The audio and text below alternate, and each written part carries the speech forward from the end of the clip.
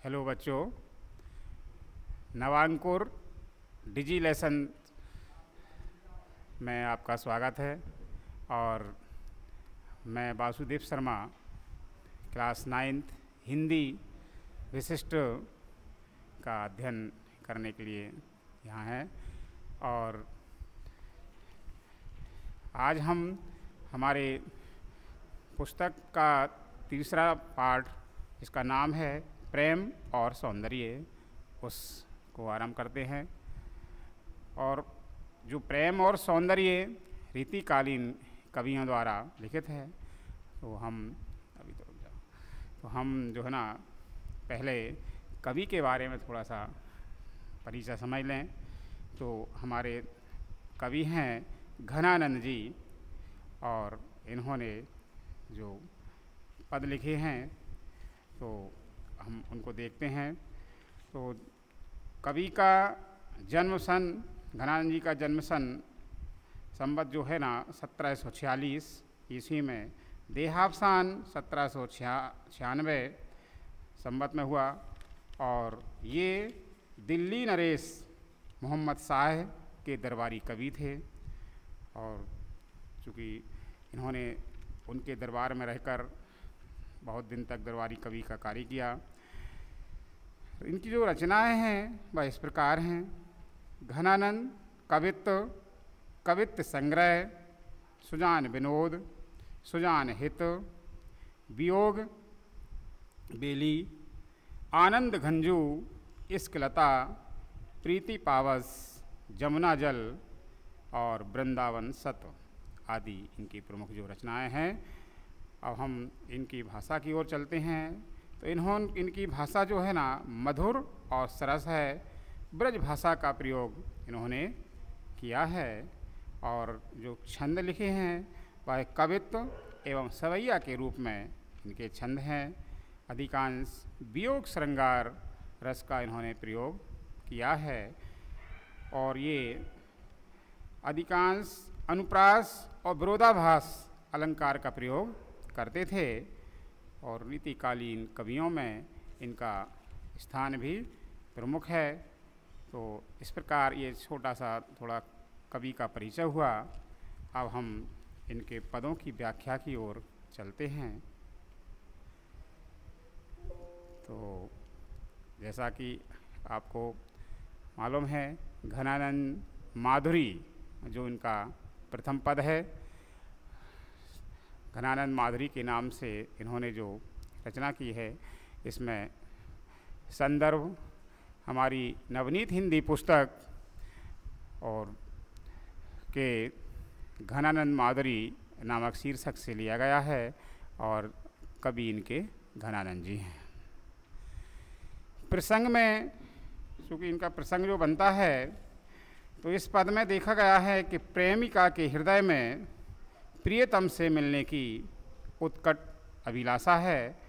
और ये जो हमेशा अपने प्रियतम से मिलने के लिए प्रेमिका और निरंतर एक लालसा लगाए रहती थी, उसका विशेष वर्णन है। अब हम पद की ओर चलते हैं।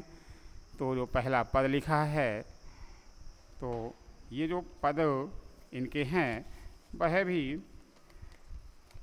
लिखे हुए हैं, पूरी तरह गेय भी हैं। तो हम पहला पद लेते हैं। भोरते सांझे लो कानने और निहारते बावरी ने कुनहारते, सांझते भोरे नो तारा नीता की वो तारनी सो एक तार न टारती। जो कहूँ भाभी तो दीठी परे, जो कहूँ भाभी तो दीठी परे, घने आनंद आसुने अवसर गारती। मोहन सोहन जोहन की लगिए रहे आँखें के उर गारती। मोहन सोहन जोहन के लगिए रहे आँखें के उर गारती। तो ये अपने प्रियतम के इंतज़ार में एक प्रेमिका नायिका और किस प्रकार से वर्णन करती है वह लिखा है। भोर ते सांझ लो, अर्थात सुबह से शाम तक, भोर माने प्रातः, प्रातः से सांझ तक, शाम तक, लो माने तक, ब्रजभाषा के शब्द हैं ये। कानन, कानन मीन्स होता है वन। तो उनका प्रियतम वन की ओर गया था, तो वह आने का उसका इंतजार करती हैं और वह कानन और निहारती, निहारती मीन्स होता है निरंतर देखते रहना। तो वह अपने प्रियतम के आने के इंतजार में हमेशा वन की ओर निहारती रहती हैं। और कैसे, भोर से सांझ यानी सुबह से वह इंतजार करने के लिए बैठती हैं और शाम हो जाती है, शाम तक वह ऐसा ही इंतजार करती रहती हैं। और फिर क्या लिखा, बाबरी नेकु ना हारते, वह इतनी अपने प्रियतम के मिलने के लिए इतनी बाबरी हो गई हैं। बाबरी मतलब एक प्रेम में विहल हो जाना। और नेक, नेक माने थोड़ी सी भी नहीं हारती, हारती माने थकती, तो वह बिल्कुल भी नहीं हारती हैं और वह बावरी हो गई हैं। अब अगली पंक्ति में लिखा है, सांझ ते भोरलों तारानी ताकीबों। अब जब प्रियतम नहीं आए तो वह शाम हो गई, तो शाम से लेकर भोर तक, पहले भोर से शाम तक हुआ, अब शाम से लेकर और भोर यानी सुबह तक, तारानी ताकीबों अर्थात आसमान में जो तारे और निकल आते हैं और उन तारों को वह ताकती रहती, ताकि माने देखते रहना, है ना। तो उन तारों के लिए देखती रहती हैं। और क्या, तारनी सो एक तार ना टारती, तो वह क्या कहती हैं कि जो आँख के तारे हैं वह टकटकी लगाकर उन्हें देखते रहते हैं और उन तारों से भी अपने प्रियतम के रूप में कोई उसमें से भी नहीं टारती मन आता है और अपने आँख के तारों को भी वह अलग नहीं करती हैं। अब देखें, जो कहूँ भाव तो दीठी परे, जो कहूँ भाव तो दीठी परे, तो बताया है भाव तो मीन्स अच्छे लगने वाला, अपना प्रियतम। दीठी, दीठी मीन्स होता है दृष्टि पर दिखाई देना। तो जो उनको प्रियतम है यदि वह कहीं दिखाई दे जाता है या दृष्टि के सामने आ जाता है तो क्या होता है, घन आनंद, घन आनंद कवि का नाम है, आंसुन अवसर गारती। तो वह अपने प्रियतम के दिखाई दे जाने पर उसे अत्यंत अत्यधिक आनंद का अनुभव होने लगता है और उसी समय प्रसन्नता के आंसू भी, अवसर, अवसर मीन्स होता है उसी अवसर पर, और आंसू निगारत अर्थात वह आंसुओं की झड़ी लगा देती हैं और इतनी प्रसन्न हो जाती हैं। तो ये लिखा है। अब हम आगे बढ़ते हैं, मोहन सोहन जोहन की, अगली पंक्ति है मोहन सोहन जोहन की। तो जो उनका मोहन है, प्रियतम है, और उसी समय अवसर पर सामने खड़े मोहन को देखकर, है ना, उसी समय उनका जो मोहन है उसे सामने देखकर, और क्या होता है, उनकी अभिलाषा और बढ़ जाती है। क्या होता है, और लगिए रहे आँखें के उर्गार आरती।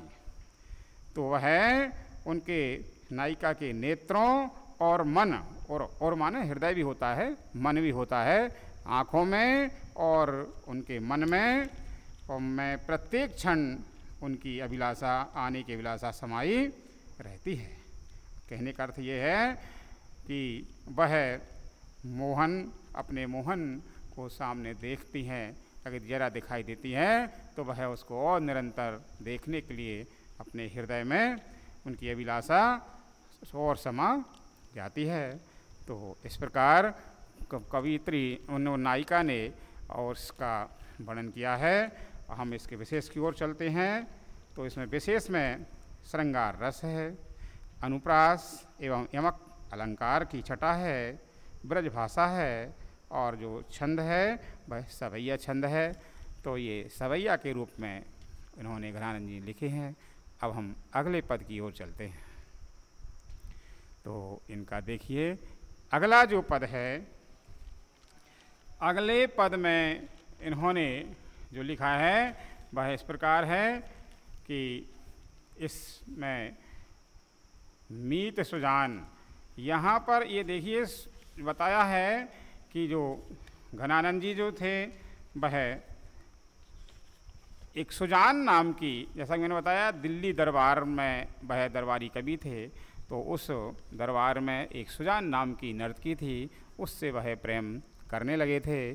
और उस सुजान ने इनको जो है ना साथ नहीं दिया और इन्हों को छोड़ दिया, तो वह वहाँ से वृंदावन आ गए थे और जो रचनाएं करते थे भगवान कृष्ण के लिए बोलते थे, गाते थे, लेकिन सुजान के नाम से वह कहते थे, अर्थात भगवान कृष्ण को सुजान नाम संबोधन करते थे।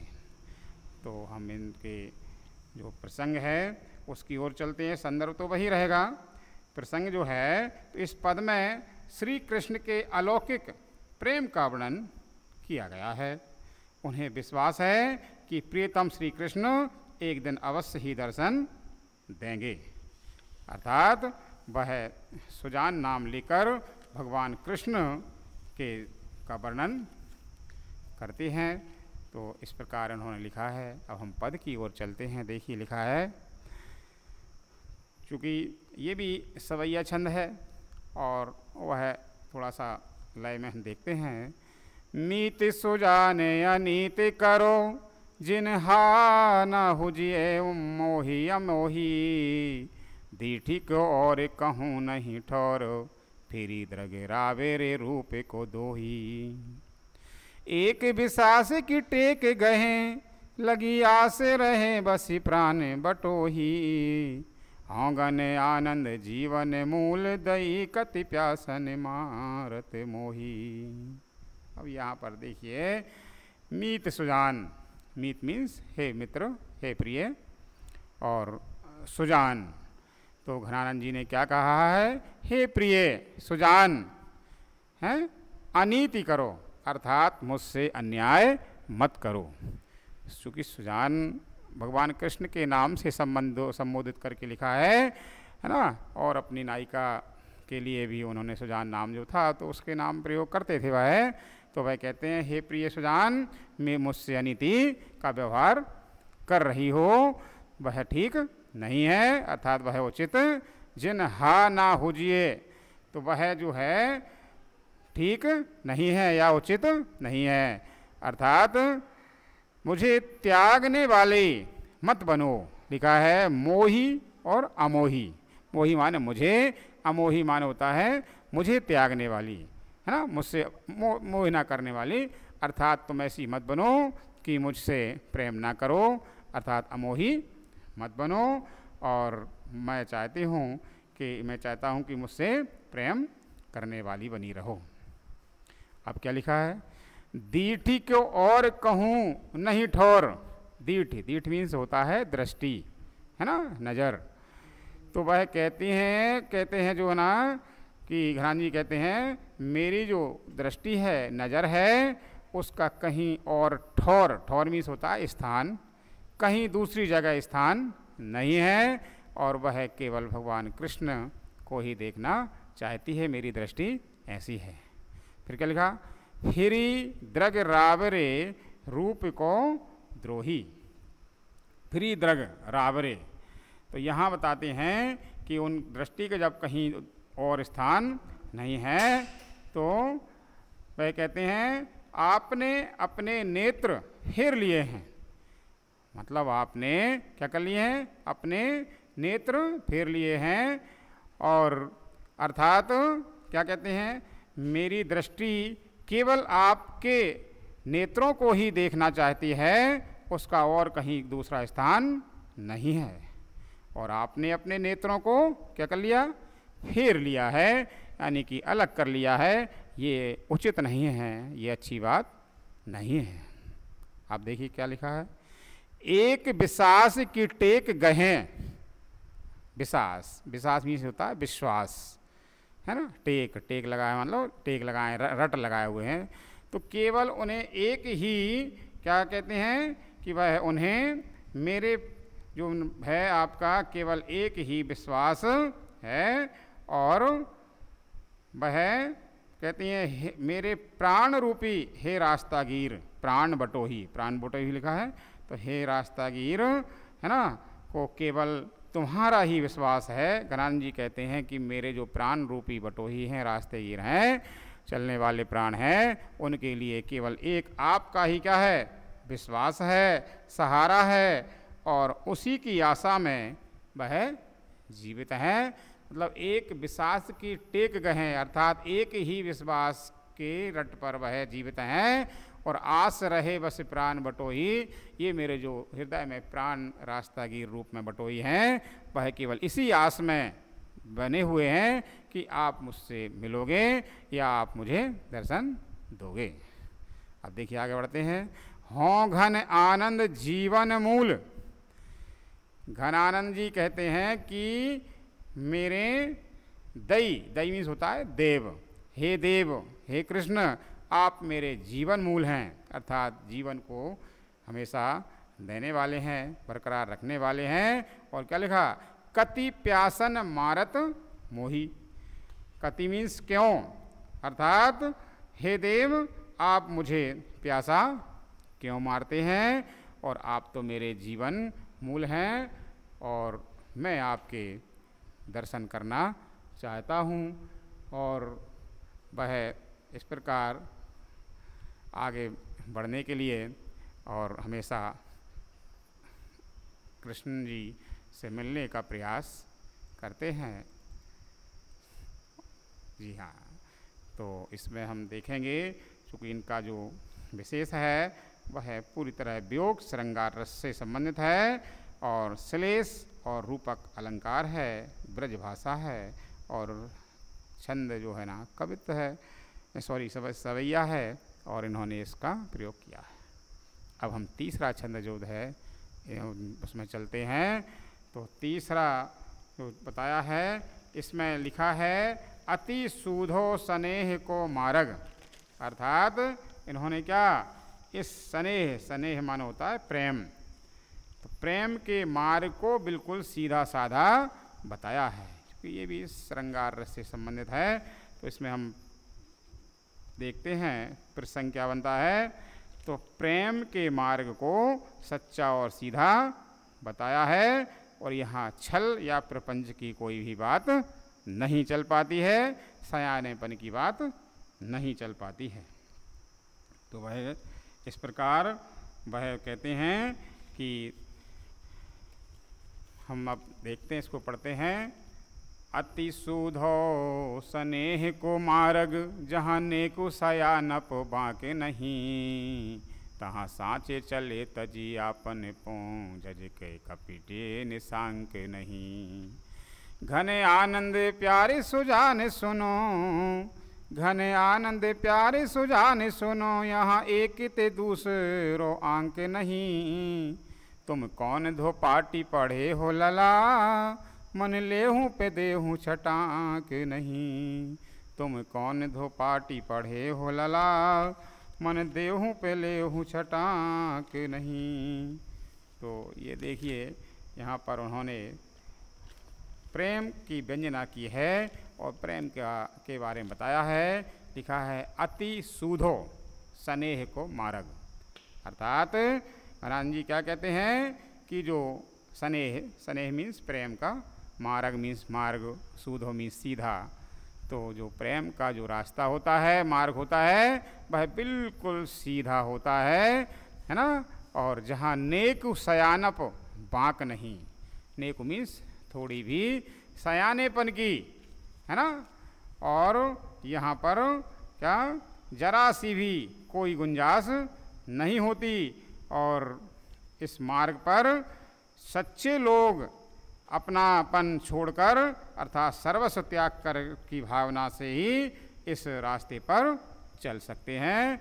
अर्थात सयानेपन की यहाँ पर बिल्कुल भी आवश्यकता नहीं है। इस स्नेह प्रेम रूपी मार्ग पर वही चल पाता है जिसके मन में किसी प्रकार का कपट नहीं है। देखो अगली पंक्ति कहती है, तहाँ साँचे चले तजी आपन पो, तहाँ साँचे चले, यानी इस मार्ग पर जो सच्चाई पर चलता है ना, और आपन पो वह अपने आप को सर्वस्व छोड़ देता है। झज के कपटी जे निशांक नहीं। तो जो कपटी होते हैं, है ना, तथा चालबाज होते हैं, वे इस रास्ते पर चलने में क्या होते हैं? झजके माने झिझकते हैं, है ना। वह जो चालबाज होते हैं वह इस मार्ग पर चलने में क्या करते हैं? झिझकते हैं, है ना। और यहाँ पर उनके लिए निशांक माने कोई अंक ना होना, उनके लिए बिल्कुल भी जगह नहीं है। अर्थात प्रेम के मार्ग को सीधा और सरल बताया है, सच्चे मन वाला बताया है। तो अगली लाइन देखते हैं हम। घने आनंद प्यारे सुजान सुनो, है। घनानंद जी कहते हैं, हे मेरे प्यारे सुजान, अर्थात हे श्री कृष्ण सुनो। क्या? यहाँ एक ते दूसरो अंक नहीं, यहाँ पर केवल एक ही अंक चलता है। अंक माने अक्षर भी कहते हैं। केवल प्रेम रूपी अंक ही यहाँ पर चलता है, और इसके अलावा कोई दूसरा अक्षर यहाँ पर या अंक यहाँ पर नहीं चल पाता, है ना। और वह कहते हैं किसी भी प्रकार से दूसरा नाम या इसके अतिरिक्त, है ना, नहीं चल पाता, अक्षर भी नहीं जुड़ पाता यहाँ पर। तो ऐसा उन्होंने कहा है, केवल सच्चाई और सीधापन ही इसमें चल पाता है। अब देखिए, तुम कौन धो पाटी पढ़े हो लला, मन ले हूँ पे देहूँ छटा के नहीं। अब अपने कन्हैया की ओर इशारा करके कहते हैं, हे लला, यशोदा के लाला, तुम कौन धो पाटी मीन्स होता है पट्टी, स्लेट। पहले स्लेट पर पढ़ाई होती थी। धो माने कौन सी। पढ़े हो लला, अर्थात तुम कौन सी पट्टी पर पढ़कर आए हो, हैं। और क्या लिखा? मन ले हूँ, मेरा मन तो आप ले लेते हो, अर्थात मेरा मन तो आपने ले लिया। तो क्या? देहूँ छटाक नहीं। छटाक एक तौल का वो होता है ना। छटाक को वर्तमान में 50 ग्राम कहते हैं। तो आप अपना मन एक छटाक भी मुझे नहीं देते हो, अर्थात मुझे अपने रूप का जरा भी दर्शन नहीं कराते हो। तो इस प्रकार इसमें जो कवि हैं, इन्होंने प्रेम के मार्ग की व्यंजना की है। और हम विशेष की ओर चलते हैं। प्रेम की निश्चलता का वर्णन है, और इसमें पंक्तियों में जो है ना, श्लेष अलंकार का ज़्यादा वर्णन है, ब्रज भाषा है और छंद सवैया है। तो इस प्रकार ये हमारा ये पद होता है। अब हम अगली ओर चलते हैं। तो ये देखिए, अगले पद में भी यही वर्णन हमें मिलता है। अपने कन्हैया की सुंदरता का इसमें विशेष वर्णन बताया गया है। और यहाँ बताया है कि झलके अति सुंदर। तो वह कहते हैं कि सुजान का सौंदर्य वर्णन, अपनी प्रियतमा के सौंदर्य वर्णन है, या भगवान कृष्ण के सौंदर्य वर्णन का यहाँ पर प्रयोग किया गया है और उसके बारे में बताया गया है। तो यह लिखा है, देखिए आप, प्रसंग हमारा वही है, भगवान संदर्भ वही है, और प्रसंग के बारे में बता ही दिया है। और लिखते पढ़ते हैं हम। झलके अति सुंदर आनन गौर, छके द्रगे राजति काननी छोए। ये बड़े ब्रज के शब्द ऐसे हैं भंडारी, बहुत अच्छे लगते हैं। हंस बोलन में छवि फूलन की बरसा, और ऊपर जाती ही है होए। लट लोल कपोल कलोल करें, लट लोल कपोल कलोल करें, कल कंठ बनी जल जावली दोए। अंग अंग तरंगे उठे दुति की, परि है मनोरूप अबे धर चोए। पर है मनोरूप अबे धर चोए। तो देखिए, इस पद में अपने प्रियतम की सुंदरता का कितना प्यारा मनोहारी वर्णन है। झलके अति सुंदर आनन गौर। आनन, आनन मीन्स जानते हैं? आनन मीन्स होता है मुख। गौर, गौर माने गोरे रंग का। गोरे रंग का जो मुख है, बड़ा झलक रहा है, झलक माने झिलमिलाना, बड़ा सुंदर लग रहा है, बड़ा झिलमिला रहा है। और क्या लिखा, छके द्रग राजत काननी छय, जो उनके द्रग हैं और छक गए हैं, और यानी कि इतने बड़े हैं कि काननी छय, कानों को छूते से नज़र आ रहे हैं। और उनके जो नेत्र हैं वह, अब उनकी जो नायिका का गौर वर्ण बड़ा अत्यंत अच्छा दिखाई दे रहा है, और उनके प्रियतमा के जो नेत्र हैं ना, वह कानों तक फैले हुए से दिखाई देते हैं, और नेत्रों की सुंदरता को देखकर वह तृप्त हो जाते हैं। ये उनकी पंक्ति है। अब हम आगे बढ़ते हैं। हंस बोलन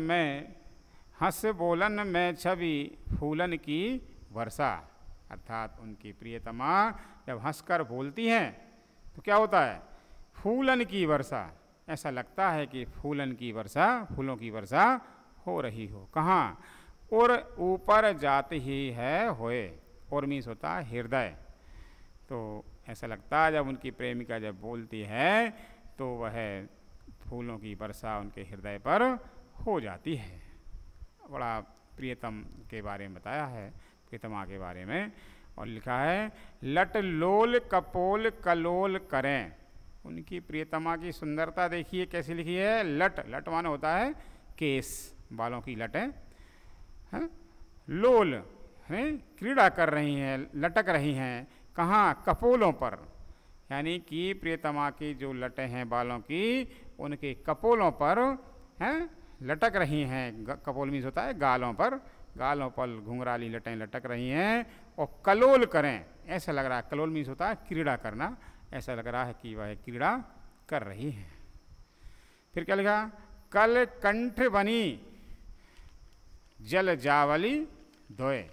तो जो गले में जो कंठ में, कंठ मीन्स होता है गला, गले में जो फूलों की माला डली हुई है वह ऐसी लग रही है कि वह कंठ दो कमल पंक्तियों में बदल जाता है, हैं, और वह दो भागों में बढ़ गया है, बट गया है। कल कंठ बनी जल जावली दोए, है ना, उस फूलों की माला के द्वारा उनका कंठ दो भागों में बट गया है। अब देखिए क्या लिखा है, अंग अंग तरंग उठे, पूरा उनका अंग प्रत्यंग में क्या उठ रही है, फूलों के कारण तरंग उठ रही है, महक उठ रही है। द्युतिकी, द्युतिकी मीन्स होता है वह कांति की लहरें उत्पन्न हो रही हैं। द्युति मीन्स होता है कांति, तो वह कांति की लहरें ऐसा लग रहा है कि उत्पन्न हो रही, उठ रही हैं। पर है मनोरूप अवे धरे चोए, अर्थात वह इतनी रूपवती हो गई लग रही हैं, इतनी सुंदर लग रही हैं कि उनका रूप मानो ऐसा लग रहा है अभी अवे धर मीन्स होता है धरनी पर, चोय, चोय मानो होता है चूने वाला या टपकने वाला, ऐसा लग रहा है कि उनका मनोहारी रूप इतना अधिक हो गया है कि इस पृथ्वी पर अभी, धरनी पर अभी टपकने वाला है। इस प्रकार कवि ने अपनी प्रेमिका का वर्णन, उनकी सुंदरता का वर्णन किया है। और इस हम प्रयोग में देखते हैं विशेष में तो श्रृंगार रस का पूरी तरह वर्णन है, और रूपक और श्लेष उत्प्रेक्षा अलंकार मिलते हैं। लोल, कपोल, कलोल, इनमें अनुप्रास अलंकार आ ही जाता है। और जैसा कि है सवैया छंद का प्रयोग हुआ है, तो ये रसखान जी के प्रमुख सवैये थे। और इन सवैयों के माध्यम से रसखान जी ने पूरी तरह अपने प्रेम सौंदर्य या अपने प्रियतम के सौंदर्य का वर्णन किया है। तो अब हम इसमें देखते हैं प्रेम और सौंदर्य पाठ से संबंधित, चलेगा नहीं, तो अब हम प्रेम और सौंदर्य पाठ के जो अगले कवि हैं देवदत्त, देवदत्त जी की ओर चलते हैं। देवदत्त जी जो कवि हैं, तो इन्होंने भी, इनकी रचना भी इसी रीतिकालीन पाठ से संबंधित कहीं की है। घनानंद जी का जो इस पार्ट से जो प्रेम और सौंदर्य का जो पार्ट है वह पहला पार्ट 1 था, ये पार्ट 2 है। और देवदत्त जी जो ये रीतिकालीन से हैं और इन्होंने भी इसी प्रकार की रीतिकालीन कवियों के दो संबंध में रचना की है। और अब हम आपको थोड़ा सा इन कवि के बारे में भी बताना चाहते हैं। तो देवदत्त जी का जो परिचय है वह इस प्रकार है। ये रीतिकालीन कवि देवदत्त जी का जन्म संवत 1730 इटावा उत्तर प्रदेश में हुआ था और इनका देहावसान 1824 ईस्वी में। रचनाएं इस प्रकार हैं: भाव विलास, भवानी विलास, कुशल विलास, रस विलास, सुख सागर तरंग और बैराग शतक आदि इन्होंने रचनाएं लिखी हैं। और जो रस है इनके श्रृंगार रस के कवि तो माने जाते हैं, रीतिकालीन हैं तो इसलिए। और इनकी सहज सरल शब्दावली का इन्होंने प्रयोग किया है। ब्रज भाषा है और बुंदेली, राजस्थानी, अरबी, फारसी आदि भाषाओं के भी वर्णन इन्होंने किया है। और इस प्रकार ये देवदत्त जी जो लिखते थे उन्होंने भी प्रेम और सौंदर्य से संबंधित रचनाएं की हैं। तो हम ये पहला सवैया है और हम इसका वाचन करेंगे। देखिए लिखा है: पायनि नूपुर मंजू बजे, कटि किंकिन में धुन की मधुराई। सावरे अंग लटे लगे पट पीत हिये, होल से बन माल सुहाई। माथे किरीट बड़े द्रग चंचल, माथे किरीट बड़े द्रग चंचल। मंदे हंसी मुख चंद जुन्हाई। जय जग मंदिर दीपक सुंदर, श्री ब्रज दूल्ह देव सहाई। तो ये देखिए देवदत्त जी द्वारा लिखित ये पद है। तो हम इसके विषय प्रसंग की ओर चलते हैं। तो प्रसंग जो है ना, इसमें कृष्ण की, भगवान कृष्ण की सुंदर छवि का वर्णन किया गया है। भगवान कन्हैया जी के बारे में बताया है।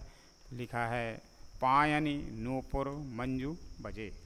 भगवान कृष्ण के पैरों में जो पायल है उसके घुंघरू, नूपुर मीन्स होता है घुंघरू, बड़े सुंदर घुंघरू जो हैं वह बज रहे हैं। और कटि किंकिन में धुन की मधुराई, अर्थात बालक कृष्ण जो है ना उनके कमर, कटि मीन्स होता है कमर में, और किंकिन, किंकिन मीन्स होती है करधनी। तो कमर में जो करधनी है वह उसकी धुन बड़ी मधुर मधुर सुनाई दे रही है। अर्थात पायन नूपुर मंजू, भगवान कृष्ण के पैरों में जो पायल है उसके घुंघरू बड़े अच्छे सुंदर बज रहे हैं। और कमर में जो करधनी बंधी हुई है उसकी धुनी भी बड़ी मधुरता से बज रही है। अब क्या लिखा? सामरे अंग लगे पट पीत। सामरा जो अंग है भगवान कन्हैया का कैसा रंग था? सामरा था। सामरिया कहलाते थे वो। सांवरे रंग के जो भगवान कन्हैया हैं। पट पीत, पट मीन्स होता है वस्त्र, पीत, पीत मीन्स पीले रंग के। तो उनके जो पीले रंग के क्या हैं? पट हैं, यानी कि वस्त्र हैं। और वह कैसे लग रहे हैं? हिये हुल से बन माल सुहाई। उनके हृदय, हिये मीन्स होता है हृदय पर, बन के फूलों की माला शोभायमान हो रही है। कब? हुल से माने जब हिलती है, कन्हैया जी जब चलते हैं तो उनके हृदय पर जो बन के फूलों की माला पहनाई है वह हुलसती है, हिलती है, तो बड़ी सोहाई लगती है, अर्थात शोभायमान लगती है। अब देखो और वर्णन का, श्रृंगार का वर्णन किया है। माथे किरीट बड़े द्रग चंचल। माथे, माथे मीन्स होता है मस्तक पर। मस्तक पर उनका क्या लगा हुआ है? किरीट। किरीट मीन्स होता है मुकुट। माथे पर मुकुट लगा है। और नेत्र कैसे हैं? बड़े बड़े हैं। द्रग, द्रग माने नेत्र होते हैं, बड़े बड़े नेत्र हैं। और कैसे हैं? चंचल हैं, स्थिर नहीं रहते उनके नेत्र हैं, अर्थात सब संसार को देखने वाले नेत्र हैं अंतर्यामी के, तो बड़े बड़े नेत्र हैं, बड़े चंचल हैं। और लिखा मंद हंसी मुख चंद जुन्हाई, जब वह मंद मंद हंसते हैं, मुस्कुराते हैं, तो ऐसा लगता है कि उनका मुख चंद्रमा की जुन्हाई, जुन्हाई मीन्स होता है चांदनी, चंद्रमा की चांदनी की तरह खिल जाता है। अर्थात भगवान कृष्ण जब मंद मुस्कुरान करते हैं तो जैसे चंद्रमा की चांदनी एकदम चमक जाती है, खिल जाती है, इस प्रकार वह भी सुंदर लगते हैं। अब लिखा जय जग मंदिर दीपक सुंदर। अब यहाँ देवदत्त जी ने क्या लिखा, जग रूपी मंदिर, जग माने संसार, संसार रूपी मंदिर में और दीपक की तरह विराजमान आपकी क्या हो, जय हो। हे संसार रूपी मंदिर में विराजमान दीपक की तरह सबको प्रकाशित करने वाले भगवान, आपकी जय हो, आप सुंदर हैं और श्री ब्रज दूल्ह, अर्थात ब्रज के क्या, भगवान की ससुराल थी कहाँ, ब्रज में, तो ब्रज के दूल्हा हैं, हे ब्रज के दूल्हा है, देव सहाई, हे देव, हे कन्हैया जी हमारी क्या करो, सहाई, सहाई मीन्स होता है सहायता करना, अर्थात हे ब्रजवल्लभ श्री कृष्ण जी आपकी जय हो, जयकार हो, और ऐसे हे देव हमारी क्या करो, सहायता करो। तो ये पद में भगवान कन्हैया की मधुरता का, सुंदरता का वर्णन था, और इसमें कृष्ण के बाल रूप का सुंदर चित्रण है, विशेष बताया है। उपमा और रूपक अलंकार, बड़े उपमा की गई है ना, और बड़ी अच्छी इसमें अलंकारों का वर्णन किया है। रूपक अलंकार भी है, और ब्रज भाषा है, और छंद जो है इनका सवैया है। इस प्रकार इस पहले पद की हमने व्याख्या आपको समझाई, और आप इसका अगला पद देखें। अगला पद देखिए, लिखा हुआ देखिए, यहाँ पर भी कितने ब्रज के अच्छे शब्दों का वर्णन किया है कवि जी ने, और लिखा है प्रसंग जो इनका, जैसा कि इस पद का भी प्रसंग बनता है, कवि ने राधा कृष्ण की युगल जोड़ी का वर्णन किया है, और उन दोनों के एक दूसरे के मिलने का वर्णन, राधा कृष्ण जी के दोनों के मिलने का वर्णन बताया है। क्योंकि प्रेम और सौंदर्य, पाठ का नाम देखना पड़ेगा बार बार, प्रेम और सौंदर्य, भगवान राधा कृष्ण के प्रेम के वर्णन किया है। तो हम इसको पहले वाचन करते हैं। रीझ रीझ रहस रहस हंसे हंसी उठें, रीझ रीझ रहस रहस हंसे हंसे उठें, सांसें भरी आसें भरी कहत दई दई, चौकी चौकी चकी चकी उचकी उचकी देव, जकी जकी बकी बकी परत बई बई, दो उनको रूप गुण दो बर नत फिरें, दो उनको रूप गुण दो बर नत फिरें, घर नाते रात रीत नेह की नई नई, मोही मोह मोहन को मन, मोही मोह मोहन को मन भयो राधा मैं, राधा मन मोही मोही मोहन मई भई। तो ये भगवान राधा कृष्ण के प्रेम प्रसंग का वर्णन बताया है, और एक दूसरे के मिलने का बड़ा सुंदर चित्रण किया है। अब हम उनकी व्याख्या की ओर चलते हैं। लिखा है रीझ रीझ, रीझ माने जानते हैं, रीझ मीन्स होता है एक दूसरे पर रीझना, यानी कि पसंद करना, है ना, और एक दूसरे को देखकर खुश होना। वह राधा और कृष्ण एक दूसरे पर रीझते हैं, प्रसन्न होते हैं देखकर।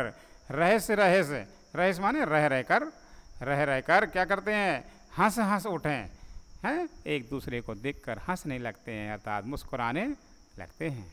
फिर क्या करते हैं, सांसें भरी आसें भरी कहत दई दई, वह क्या करते हैं,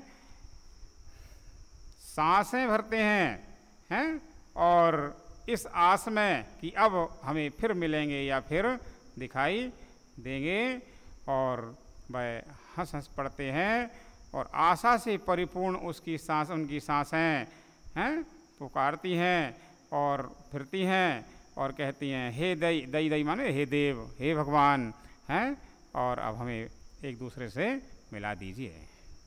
फिर देख क्या लिखा है, चौंक चौंक चकी चकी, चौंक चौंक चकी चकी उचक उचकी देव। वह जरा यहाँ वहाँ कहीं हो जाते हैं तो क्या हो जाते हैं, चौंक जाते हैं, मतलब आश्चर्यचकित हो जाते हैं। चकी चकी यानी कि चक्री वक्री यानी उल्टा सीधा कुछ भी बोलने लगते हैं। चकी चकी मीन्स होता है चक्री वक्री, अर्थात इसको और हम स्पष्ट कर दें कि प्रेम में इतने बेहल हो जाना कि कुछ भी उल्टा सीधा बोलने लगना। तो वह चौंक जाते हैं, आश्चर्यचकित हो जाते हैं एक दूसरे और उल्टा सीधा कुछ भी बोलना शुरू कर देते हैं। और फिर क्या, उचक उचक, जब मान लीजिए एक दूसरे को जब अगर नहीं दिखाई देते हैं तो उचक उचक कर, अब ये तो जानते ही हैं पंजे के बल पर ऊंचे हो जाना है ना, उचक जाना कहलाता है। और क्या कहते हैं, हे देव हैं, यहाँ वह भगवान का सहारा लेते हैं, हे देव है ना, कहाँ हैं, दिखाई नहीं दे रहा है एक दूसरे को, तो फिर देव देव करते हैं वह बार बार। जकी जकी हैं, बकी बकी परत बई बई, तो यहाँ लिखा उन्होंने वह जकी जकी में लिखा है कि वह बार बार जक्री वक्री हो जाते हैं और कुछ भी कहने को लिए तैयार हो जाते हैं और एक दूसरे के रूप का वह वर्णन करने का प्रयास करते हैं। जकी जकी बकी बकी, वह बार बार बकी बक माने बोलना, बार बार कुछ भी बोलने लगते हैं, उन्हें एक ही जक लग जाती है ना। और परत बई बई, बार बार वही बई बई एक दूसरे को देखने का प्रयास करते हैं। और ऐसा उन्होंने ये राधा और मोहन के प्रेम का प्रसंग का वर्णन बताया है।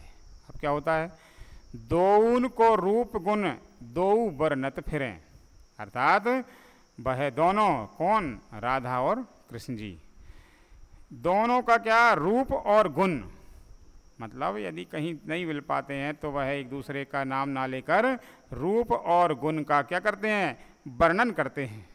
वह दोउन को रूप गुण दोऊ वर्णत फिरें, दोनों एक दूसरे के रूप और गुण का क्या करते हैं, वर्णन करते फिरते हैं।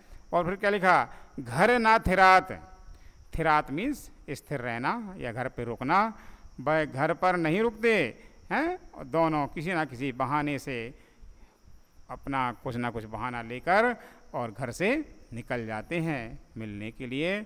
और रीत नेह की, नेह माने प्रेम की, रीति मीन्स एक प्रकार का नया मतलब रीति करना, नया प्रयोग करना मिलने के लिए। तो प्रेम से में मिलने के लिए नई नई रीति अपनाते हैं और वह मिलने का प्रयास करते हैं। क्या लिखा, मोही मोही मोहन को, मोही मोही मोहन को, अर्थात इतने मोहित हो जाते हैं, मोही मीन्स मोहित हो जाना, वह इतने मोहित हो जाते हैं कि उनका मन एक दूसरे के प्रति बिल्कुल मिल जाता है और वह मोहित हो जाते हैं। और श्री कृष्ण का मन क्या हो जाता है, मोहन को मन राधा मन भयो, अर्थात उनका मन राधामय हो जाता है। और राधा का मन कैसा हो गया, मोह मोह मोहित होते होते मोहनमयी हो जाता है। तो उनका जो मन है, कृष्ण का मन राधामय हो गया और राधा का मन कृष्णमय हो जाता है। तो इस प्रकार वह हमेशा एक दूसरे के प्रसंग का वर्णन, मिलने का प्रेम का वर्णन कहते हैं। तो अब हम इसके विशेष में चलते हैं। राधा कृष्ण के अनन्य प्रेम की झांकी इसमें बताई गई है और पुनरुक्ति और अनुप्रास अलंकार है, ब्रज भाषा है, कवित्व छलना है, छंद है। तो इस प्रकार ये हमारा पद हुआ और अब हम देवदत्त जी के अंतिम पद की ओर चलते हैं। इसमें अंतिम पद जो दिया है हम उसकी भी वर्णन करते हैं। देखिए लिखा है, डार द्रुम पलना, बिछौना नव पल्लव के। तो ये यहाँ पर जो वर्णन है, हम इसका पहले प्रसंग देखते हैं। इस पद में कवि ने बसंत के आगमन के समय होने वाली प्राकृतिक शोभा का वर्णन किया है। यहाँ बसंत ऋतु का वर्णन बताया है और उसके आगमन में जो प्राकृतिक यानी प्रकृति द्वारा जो शोभा होती है उसका वर्णन कवि ने किया है। ये पद भी बड़ा वैसा है। अब देखें, हम लिखा हुआ है डार द्रुम पलना बिछोना नव पल्लन के। अब देखिए, बसंत के द्वारा, बसंत ऋतु के द्वारा और कविवर जी देव क्या कहते हैं कि पेड़ों की डालियाँ उस बसंत रूपी बालक की पालना बन चुकी हैं। डार मीन्स डालियाँ, और उस बसंत रूपी बालक की क्या बन गई हैं? पालना बन गई हैं। उस पालने में नवीन कोमल पत्तों का बिछौना नव पल्लव, पल्लव मीन्स होता है पत्ते, बिछौना काय का बनाया है? नए नए पत्तों का उन्होंने बिछौना बनाया है। और देखिए, सुमन झंगूला सोहे तन छवि भारी दे। सुमन, सुमन मीन्स होता है फूलों का। झंगूला एक प्रकार का बच्चों को पहनाने वाला ढीला ढाला जो वस्त्र होता है उसको झंगूला कहा जाता है। और सोहे, शोभायमान होता है तन पर, तन माने शरीर पर। तो क्या लिखा कि फूलों का जो झंगूला है उस बसंत रूपी बालक के शरीर पर अत्यधिक रूप से सुशोभित हो रहा है। अर्थात फूलों का झंगोला उनके तन की छवि को, की सुंदरता को और निखार देता है। अब फिर देखिए उस बालक के, बसंत रूपी बालक के बारे में और क्या लिखा? पवन झुलावे, हैं? पवन मीन्स क्या होता है? हवा। और बहता हुआ पवन या बहती हुई हवा उसे क्या करती हैं? उस पल्ले को झुलाने लगती हैं, झुलाने का कार्य करती है। और केकी कीर बहरावे, केकी हैं? केकी मीन्स होता है मयूर, मोर, और कीर, कीर मीन्स होता है तोता। तो ये कोयल, केकी, कीर अर्थात मयूर और तोते क्या कहते हैं? बहरावे। बहरावे मीन्स होता है लोरी सुनाना, सुलाने के लिए, बच्चे को सुलाने के लिए क्या होता है? लोरी सुनाई जाती है एक प्रकार की। तो मोर और तोते उसे क्या लोरी गा गा कर सुना रहे हैं? ऐसा बसंत के बालक के का वर्णन किया गया है। और लिखा है कोकिल हलावे, कोकिल, कोकिल मीन्स होता है कोयल। कोयल उसका पालने को हिलाती है। कोयल पालने को क्या करती है? झुलाती है और अपनी कूक से, हाथों से करतारी बजाती है। हुलसावे करतारी दे, करतारी माने ताली बजाना। वह कोयल बड़ी कुहू कुहू की आवाज़ देती है और उस पालने को हिलाने का प्रयास करती है और हुलसाती है, यानी कि वह बार बार शोर करती है। वो करतारी देते हैं यानी कि वह तालियां बजाती है। ऐसा चूँकि इसमें प्रसंग का वर्णन, उसमें वर्णन बताया है, प्रसन्नता का अनुभव कर रही है ताली बजाकर। फिर क्या लिखा? पूरित पराग सो उतारो करे राइलोन। जब इतना सुंदर वो बालक है, बसंत का बालक, तो बड़ा सुंदर हो गया, तो ऐसा बताया जाता है कि अधिक सुंदरता में नज़र लग जाती है। तो पराग युक्त पुष्पों की पूरित पराग सो उतारो करे राइलोन। राइलोन में, लोन माने नमक, राई है ना।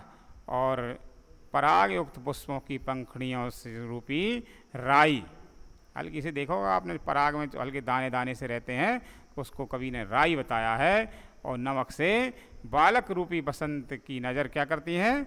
उतारती हैं। अर्थात जब वह बालक इतना सुंदर हो गया, झंगूला पहन लिया ना, केकी कीर आ गए हैं, तो वह ये तो है स्वाभाविक है कि उसको नज़र लगेगी, तो वह उसका राई लोन से नज़र उतारने का प्रयास करती हैं।